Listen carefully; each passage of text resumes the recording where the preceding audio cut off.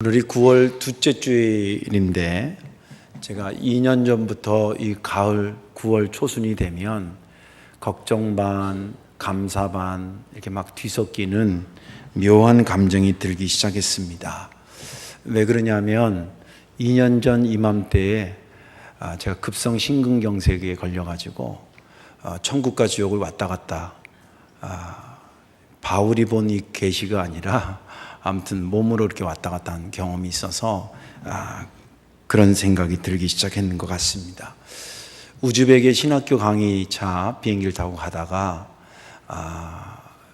급성 심근경색이 왔는데 제가 좀 굉장히 무식하잖아요. 그래서 이게 그 병인지 모르는 거예요. 근데 지나고 보니까 그게 얼마나 다행인지 몰라요. 거기 비행기 안에서 내가 너무나 의학 지식이 많아가지고 급성 심근경색이라 알았으면 내리기도 전에 기절해서 죽었을 것 같아. 근데 난 가슴에 이렇게 웬 담이 이렇게 강하게 들었나. 근데 그때 그 통증은 지금도 기억이 생생합니다. 내려가지고도 진통제로 일주일을 버티고 한국에 나왔는데도 역시 그런 큰 병이랄까는 생각을 못하고 동네 병원을 이렇게 몇 군데 가고 그랬는데, 그리고 한 3주가 더 흐른 거예요. 그러니까 거의 그렇게 시간이 지났습니다.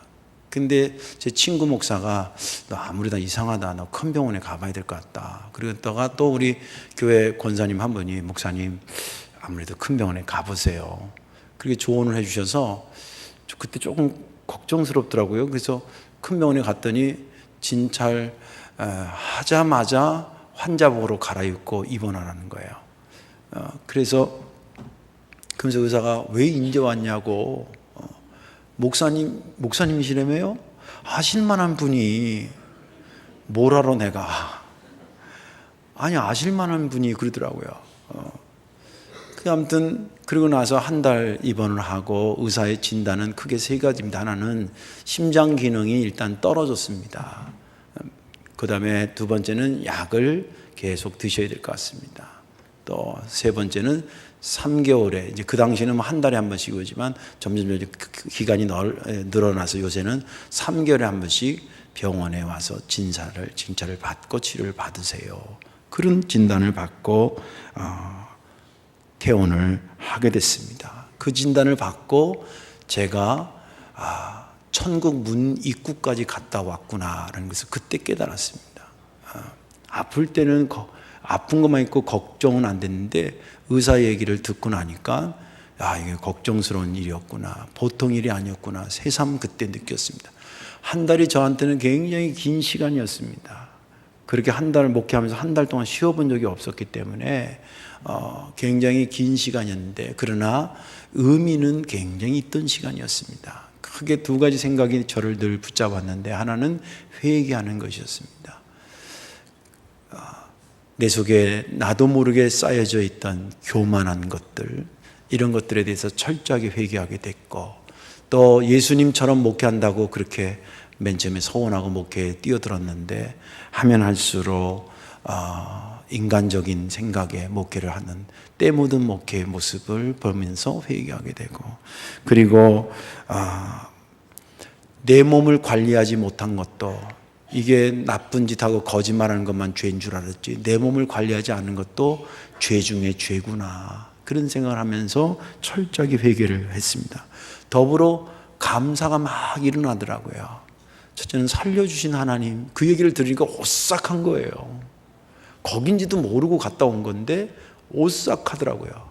살려주신 하나님께 감사하고, 다시 한번 기회를 주신 하나님께 감사하고, 내가 병들어 있으니까 나를 위해서 기도하는 성도들의 눈물의 기도를 생각하니 감사하고, 무엇보다도 사랑하는 아내와 두 아들이 이 아버지의 고통, 남편의 고통을 같이 공유하면서 힘들어하는 거 보니까 참 감사했습니다. 그리고 지금까지 지내오고 있습니다. 물론 원해서 병원에 간 것은 아니지만 하나님께서 내게 약해지니까 건강할 때는 전혀 느낄 수 없었던 하나님의 특별한 은혜를 제공해 주셨습니다. 내가 약해질 때, 저와 여러분들이 약해질 때에 나는 이제 끝났다고 생각하지 마십시오. 내가 약해졌을 때에 그때 받을 수 있는 특별한 은혜가 임할 때라고, 그렇게 믿음의 확신을 갖기를 주의 이름으로 축원합니다.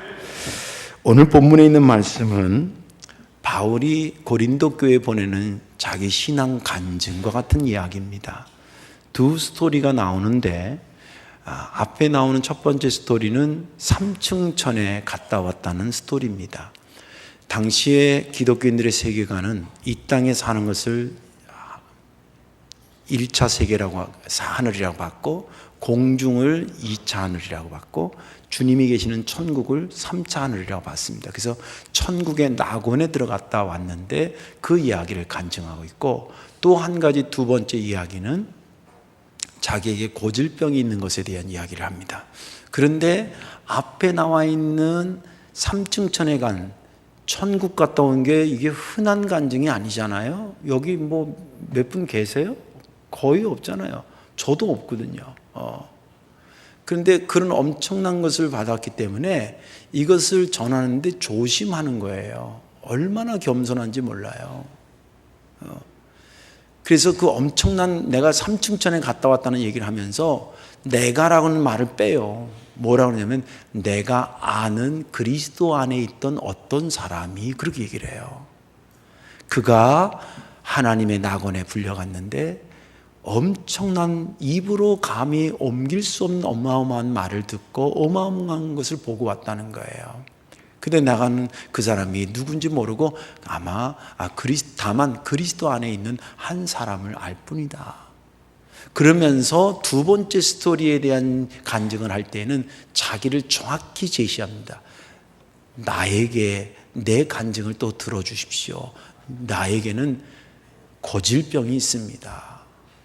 이게 얼마나 저를 힘들게 하는지 모릅니다. 그래서 신학자들 간에 이제는 두 가지로 추측을 하는데, 하나는 안질이 있었을 것이다.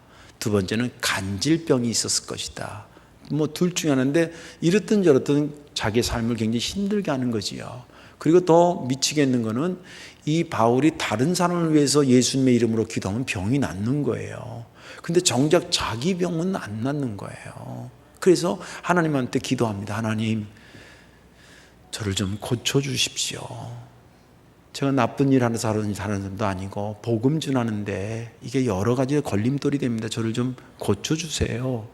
이렇게 3번씩이랑 구했다는 거예요. 당시에 바울은 어느 정도 영권이 강했냐면 그냥 한 번 기도하면 바로 낫고, 심지어는 바울의 수건을 가져가서 다른 데 가서 환자에다 얹어놓고 그 사람이 기도하면 환자가 낫는 정도로 그렇게 강력한 영적인 파워를 하나님께서 부여하셨거든요. 근데 자기를 위해서는 3번 기도했다는 것은 완전히 기도했다는 그런 의미입니다. 그런데 하나님께서 저에게 이렇게 답해 주셨습니다. 바울아, 이제 그 문제로 더 이상 나한테 구하지 마라. 이미 내가 너한테 준 은혜만 해도 너는 충분해. 왜 그런지 아니? 네가 약할 그때, 네가 고질병 걸려서 병들어 있는 그 상태에서 오히려 내 능력은 더 드러나게 돼 있어. 자기가 그 얘기를 듣는 순간에 번쩍하며 깨달아진 게 있었다는 거예요. 내가 다른 사람이 보지 못한 어마어마한 것을 봤는데, 이것은 전하기 위해서 하나님께서 부득불 내게 보여준 건 사실인데, 이걸 전하다가 사람들이 그 천국은 바라보지 못하고 보고 왔다는 나만 바라보고 있을까 봐 하나님께서 나에게 가시를 하나 두셨구나. 그래서 혹시 내가 교만해지고 복음 증거다 내가 할까 봐 나를 찌르는 가시를 둬서 이걸 보면서 겸손해야지 그렇게 만들어줬다는. 그리고 깨닫고 나니까 내 약함 때문에 내게 오는 고난과 눈물과 모욕과 박해와 모든 것들이 나를 죽이는 것으로 여기지 않고 오히려 자랑거리로 여겨지게 계신다. 나는 병이 있는 사람입니다. 나는 주를 위해서 많이 맞기도 했습니다. 나는 힘이 없어서 내쫓으면 쫓겨가는 존재밖에 아닙니다. 그러나 나를 통해 역사하시는 주님은 어마어마한 분입니다 라고 복음을 증거할 수 있게 돼서 너무너무 감사하다는 거예요. 그런 간증을 자기의 이름을 거론하면서 후반부에 얘기하고 있는 것이 본문의 말씀입니다. 저는 지난 주간에 이 본문 전체가 사실은 은혜가 됐어요. 그러나 그 중에서 특별히 한 절을 구한다고 한다면 10절이 제게 은혜로 다가왔습니다. 그러므로 내가 그리스도를 위하여 약한 것들과 능력과 궁핍과 박해와 권고를 기뻐하노니 이는 내가 약한 그때의 강함이라. 약한 그때의 강함이라. 10절의 은혜가 됐던 것은 사실은 자기에게 핸디캡이 있고 약하고 병들었다는 것이 어떻게 보면 다른 사람한테 부끄러운 것이고 수치스러운 것이었을 텐데 그것을 감추려고 급급한 것이 아니라 오히려 자기의 약함 때문에 그리스도의 강함이 드러나고 주님의 능력이 자신의 심령 속에 더 머무르는 것을 생각하니까 비록 내가 힘들고 어렵고 약하더라도 주님 영광 드러나고 주님 역사 일어나면 되는 거지. 그런 마음에서 담대하게 자랑하는 바울이 정말 그의 모습을 담고 싶었습니다. 그것이 그리고 은혜가 됐습니다. 오늘 말씀에 저와 여러분들이 같이 은혜 받으시고 여러분의 삶이 늘 그렇지는 않으시겠지만 때로는 몸이든 경제적인 것이든 또 가족 식구들 관계든 뭐 직장일이든 뭐 때문에 내가 이 존재밖에 안 되나 라고 약한 것이 확 느껴질 때에 오늘 이 말씀이 여러분들에게 새로운 힘으로 다가가기를 주님의 이름으로 축원합니다. 바울이 약할 때에 어떤 특별한 은혜를 받은 것일까? 그 첫째는 하나님이 주신 은혜를 잘 보존할 수 있는 겸손을 특별한 은혜로 받게 되었습니다. 다시 말씀드립니다. 바울이 약해졌을 때 무슨 특별한 은혜를 받았냐면 그간 주셨던 하나님의 은혜를 잘 보존할 수 있는 겸손의 특별 은혜를 받게 됐다는 것입니다. 제가 늘 말씀드리지만 받을 은혜도 중요하지요. 그런데 이미 받은 은혜를 잊어버리지 않고 잘 보존하는 것은 더 중요한 것입니다.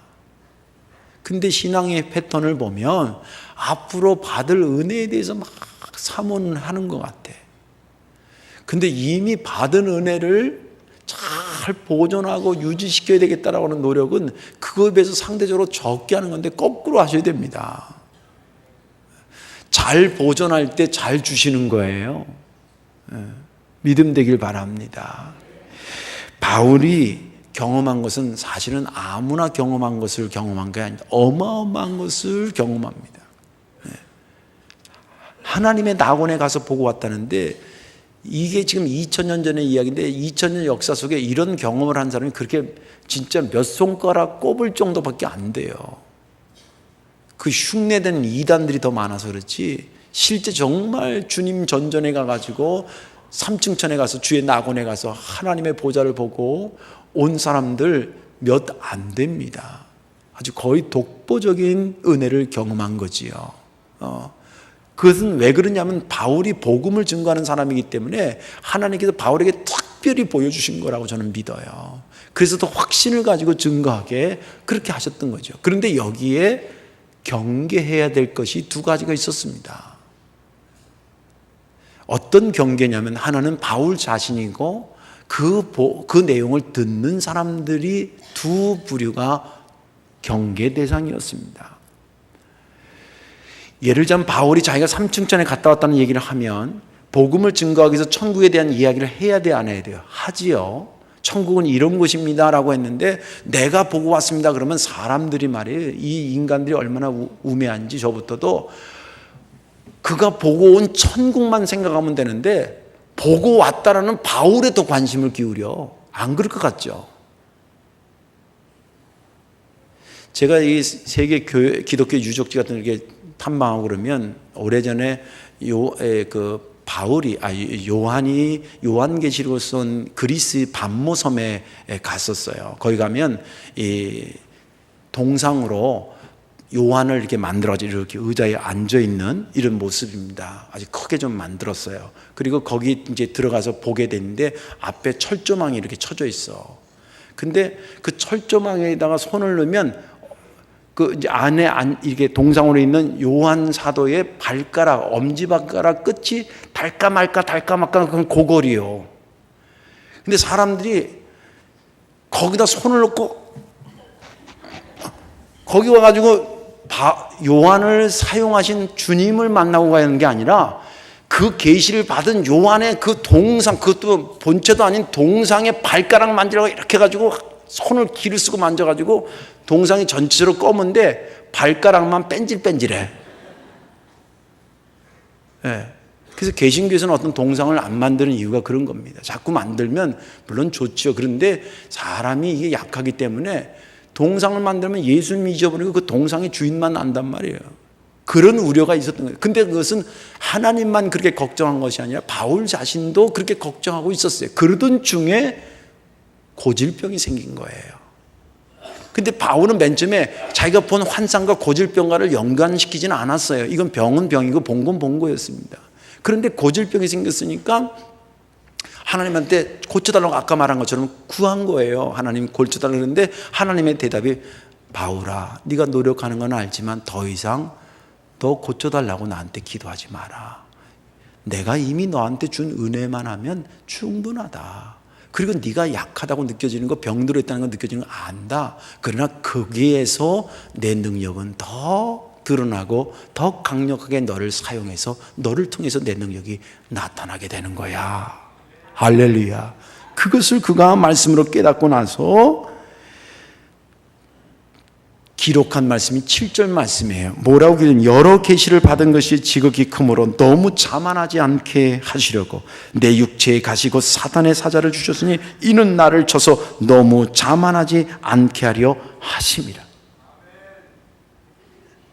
자만하지 않게. 그 받은 은혜가 어마어마한데 이 어마어마한 것이 한순간에 쏟아지는 수가 있는데 그게 뭐냐면 자만할 때 쏟아지는 거예요. 그래서 하나님께서 그에게 병을 줘서 그 병을 보면서 아유, 내 병도 못 고치는 난데 주님의 은혜로 내가 본 거지 내가 능력 있어 봤나. 그걸 계속 염두하게 해서 그간 받았던 어마어마한 은혜를 잘 유지하도록 그렇게 인도하셨다는 거예요. 고질병 자체가 축복일 수는 없습니다. 병 걸린 게 뭐가 축복이에요. 그러나 그것을 통해서 그간 받았던 은혜를 쏟아버리지 않고 겸손히 머리 숙여서 받은 은혜를 잘 유지할 수 있다고 한다면 고질병은 은혜의 수단으로 쓰임받고 있는 것입니다. 하나님께서 독생자 예수 그리스도를 통해서 우리에게 주신 은혜가 큰데 이것을 유지하는 것이 정말 중요합니다. 성경에 보면 성경에 나와 있는 모든 사람이 그 받은 은혜를 유지한 사람만 나온 게 아니라 유지하지 못한 사람의 이야기도 곳곳에서 나옵니다. 옛날이나 지금이나 인간 사는 사회는 비슷하거든요. 그러면 오늘날에도 유지하는 사람이 있는가 하면 그것을 유지하지 못하는 사람들이 있다는 거예요. 디모데 후서에 보면 이렇게 바울이 저는 이 본문을 볼 때 오래전에 봤지만 볼 때마다 바울의 가슴이 찢어졌겠구나 하는 생각을 해요. 거기 데마라고 하는 사람을 디모데에게 다시 얘기해 주는 겁니다. 서로 아니까. 디모데후서 4장 10절에 이렇게 데마는 이 세상을 사랑하여 나를 버리고 데살로니가로 갔고, 골로새서에 보면 데마랑 디모데랑 여러 사람들이 복음을 같이 증거로 다녔다는 얘기가 나와요. 그랬던 데마가 디모데후서는 비교적 나중에 기록된 말씀이거든요. 나중에 바울이 말하기, 야 디모데야 데마 알지 너? 예 알지요. 아, 그 친구가 너무 안타까워. 그 받은 은혜를 다 잊어버리고 세상을 좋아해서 나를 버리고 데살로니가로 갔어. 자기를 버렸다는 것은 하나님 버리고 세상으로 나갔다 이거예요. 또 이 사람만 있는 게 아니라 가룟 유다 같은 경우를 보세요. 여러분들 옛날이나 지금이나 예수님의 12제자 안에 들어가는 것이 얼마나 은혜 중에 은혜입니까? 어떤 목사님들은 그거 흉내내서 12명 형제, 복음 형제인데 거기 들어가려면 힘들대. 교회 사이즈도 있어야 되고 얼굴도 잘생겨야 되고 어마어마. 전 못 들어갔잖아요. 아니 예수님 그런데도 못 들어간 것도 그런데 12명의 제자 속에 예수님의 제자로 가룟 유다가 발탁되고 선택됐다는 건 축복 중에 축복 아니에요. 세상적인 욕망이 그를 근질근질하게 되니까 그 바람에 한 번에 쏟아버리는 거예요. 우리인들 별 다르겠습니까? 우리가 문제가 생기는 것은 받은 은혜가 부족해서 문제가 생긴 사람은 아무도 없어요. 내가 볼 때는 그런 사람이 있어서 문제가 있는 것이 아니라 받은 은혜를 관리하지 못하고 보존하지 못해서 문제가 생겨요. 그래서 하나님께서 우리에게 가끔 나로 하여금 약하게 느끼게 하시는 거예요. 그래서 그럴 때에 나는 이제 죽는구나를 느끼는 것이 아니라 내가 그동안 받은 은혜를 하나님이 잘 보존하라고 특별한 은혜를 주셨구나. 할렐루야. 그렇게 생각하고 받아들이면 그게 100점짜리요. 그것이 그를 경건하게 만들고 온전하게 만들어요. 그래서 바울이 이런 자세를 했기 때문에 나중에 자기가 여기 이제 맨 처음에는 주님이 나를 쳐서 내 속에 가시를 뒀는데 나중에 다른 서신서에 보면 바울이 나는 날마다 자기를 쳐서 복종시킨다 그렇게 표현돼 있어요. 주님이 한 번 한 것을 본받아서 자기가 날마다 교만해질까 봐 자기를 쳐서 복종시켰다는 거예요. 바울은 몸의 질병 때문에 약해졌지만 그 까닭에 그 받은 은혜를 잘 유지할 수 있는 겸손의 특별한 은혜를 받은 사람이었습니다. 저와 여러분들도 그렇게 되기를 주의 이름으로 축원합니다. 두 번째는 뭐냐면 바울이 약할 때 어떤 특별한 은혜를 받았냐면 약할 때 더 강해지는 반전의 특별 은혜를 받게 됩니다. 반전이라는 거 아시죠? 통상 약해지면, 잘 들으세요. 통상 약해지면 그동안 내가 받았던 은혜도 사라지고 그동안 내게 있었던 능력도 약해질 것 같은 느낌이 듭니다. 다시 말씀드릴게요. 잘 들으세요. 내가 약해지면 그동안 내가 받았던 은혜도 사라지고 그동안 내게 있었던 능력도 약해지는 것처럼 느껴집니다. 그러나 느낌은 어디까지나 느낌일 뿐입니다. 중요한 것은 느낌이 아니라 사실이지요. 제가 질문을 다시 할게요. 그러면 정말 내가 약해지면 내가 받은 은혜도 사라지고 내게 임했던 능력도 약해지는 것입니까? 바울은 말하기를 절대 아니라고 말합니다. 그가 9절에 이렇게 얘기합니다. 나에게 이르시기를 내 은혜가 내게 족하도다. 이는 내 능력이 약한 데서 온전하여 짐이니라. 이 말은 내 권능은 약한 자 안에서 완전히 드러난다라고 공동번역은 그렇게 번역하고 있습니다. 그러므로 도리어 크게 기뻐함으로 나의 여러 약한 것들에 대하여 자랑하니 이는 그리스도의 능력이 내게 머물게 하려 함이라. 이 말을 분석해 보면 고질병은 앞으로도 안 고쳐지고 계속될 거라는 거예요. 그런데 그 이유가 뭐냐? 내가 고질병으로 내가 약하다고 느껴질 때에 주님의 능력은 사라지는 것이 아니라 오히려 더 폭발적으로 그걸 통해서 나타난다는 거예요. 이게 수학적으로 봐도 맞아요. 공간적으로 봐도 맞아요. 약하다라고 하는 것은 공간이 비어있는 것입니다. 그죠? 그러니까 주님, 내가 이렇게 빈 데가 많습니다. 채워주세요. 그래서 채운 겁니다. 근데 자만하고 교만한 것은 뭐냐면 빈 방이 없어. 영어로는 room for입니다. 여지가 없다. 그래. 앞에 이제 뭐 해서 room for는 뭐뭐의 여지가 있는 것을 얘기하는데 자기 생각이나 자기 교만으로 꽉 차가지고 그 심령 속에 여지가 없어. 뭐가 하나님의 능력이 들어갈 여지가 없어. 그런 방이 없어. 그러면 둘 다 꽉 찼다고 했을 때 여기도 꽉 차고 여기도 꽉 찼는데 다 비어가지고 이렇게 비어있는데 하나님의 능력으로 채워져서 꽉 찬 거하고 자기의 생각과 그것을 꽉 차서 하는 거 공간적으로 볼 때 누가 더 하나님의 능력을 많이 받은 겁니까?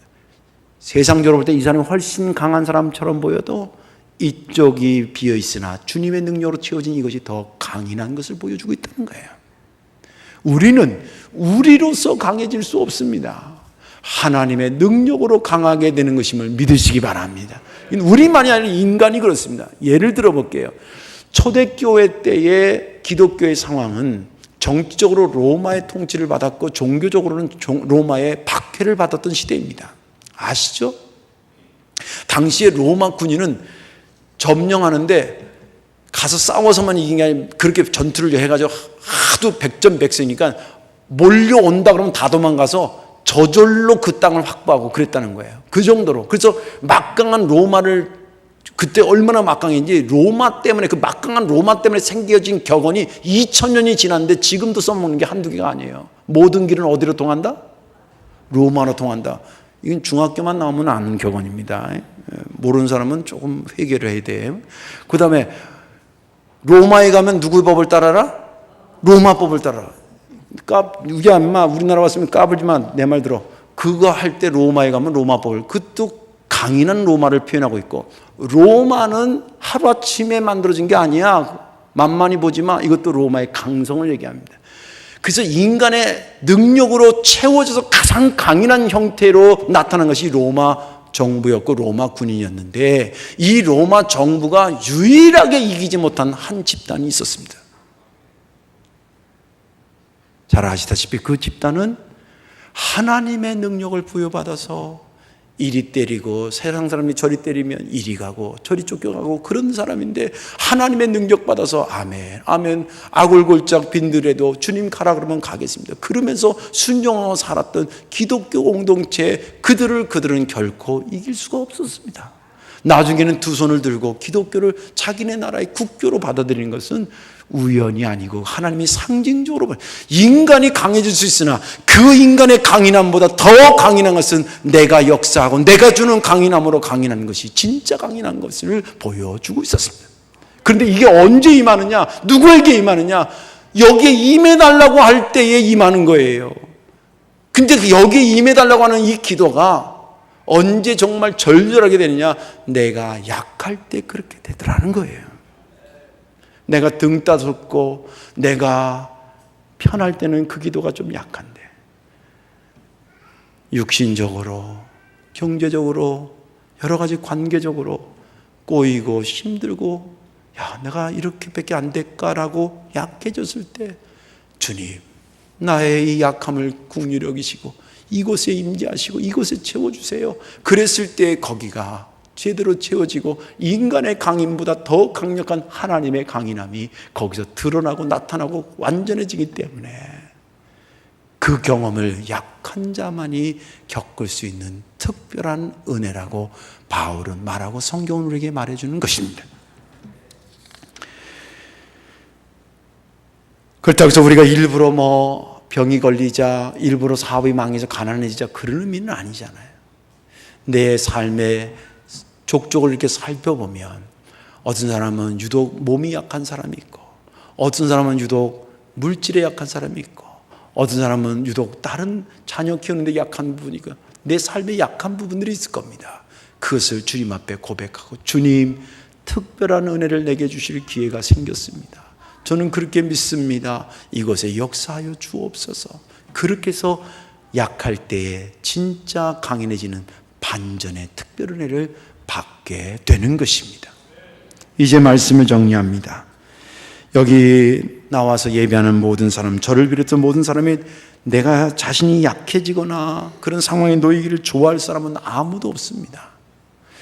또 일부러 약해지게 해달라고 사모할 것도 없습니다. 그러나 내가 뜻하지 않게 내 삶에 약하다고 느껴졌을 때에 이제 나는 기울고 나는 죽으러 가는구나라고 생각하지 말라는 거예요. 오히려 하나님의 특별한 은혜가 임할 때라고 확신하라는 거예요. 어떤 그동안 주셨던 하나님의 은혜를 잘 보존할 수 있는 겸손의 은혜를 받은 것이고, 또 진짜 강인해지는 반전의 특별 은혜를 받을 때라고 생각하면 이게 100점짜리라는 것입니다. 제가 이런 설교를 할 때마다 이런 설교하고 잘 들으셔야 돼요. 아멘하고 돌아가서 몇 달 되면 귀여워, 목사님 너무 힘들어서. 아주 그분 표정이 더 힘들어. 여러분들 힘들 때 오늘 말씀이 새 힘이 되시기를 주의 이름으로 축원합니다. 기도하겠습니다. 좋으신 아버지 하나님, 주님의 능력으로 강하게 살기를 원합니다. 아이러니하게 그것이 강할 때 강해지는 것이 아니라 때로는 약할 때에 강해지는 반전의 은혜임을 새삼 느끼게 하시니 감사합니다. 성도들의 삶이 한 달 한 달을 살고 있습니다. 주님, 저들을 긍휼히 여겨 주셔서 혹시 약해질 때에 겸손한 은혜를 받아 그간 주셨던 하나님의 은혜를 잘 보존하는 특별 은혜를 받게 하여 주옵시고, 약할 때 주님의 능력이 내 삶을 통해 강하게 폭발적으로 일어나는 것을 바라보며 반전의 은혜를 특별하게 받는 온 성도들 되게 하여 주옵소서. 그래서 이 세상을 다 마쳤을 때에 약할 때가 없어 강한 자로 남는 것이 아니라 오히려 약한 때가 있었기 때문에 강한 자로 기억되는 그러한 복된 인생들 다 되게 하여 주옵소서. 감사드리며 예수님의 이름으로 축복 기도하옵나이다. 아멘.